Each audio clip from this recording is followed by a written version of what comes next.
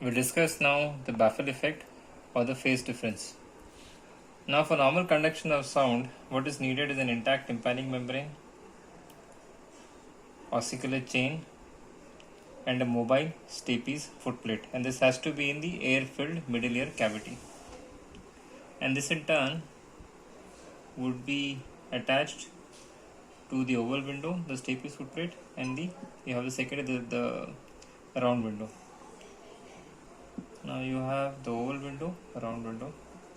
Oval window sealed by the stapes footplate, round window by the secondary tympanic membrane.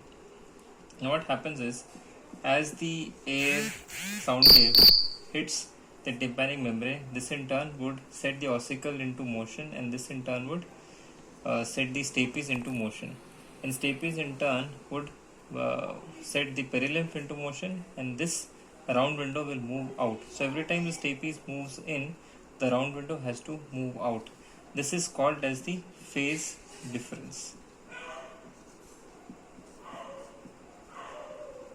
Now this is very important, because every time this happens, the basal membrane moves in a uniform fashion.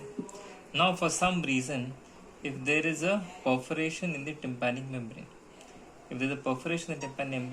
what happens is, when the sound wave hits the tympanic membrane, it sets the residual tympanic membrane into motion, and hence this follows a regular path.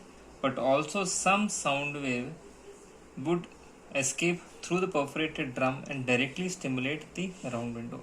So what happens is, every time the oval window moves inwards, there's a possibility that even the round window is also moving inwards. So what happens is, the perilymph is sent into motion in the opposite direction, and hence the net movement of basal membrane is markedly decreased, and hence this causes hearing loss.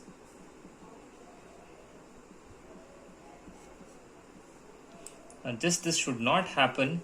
This structure has to be maintained, and this is called as the baffle effect or the phase difference, which is very vital in normal conduction of sound.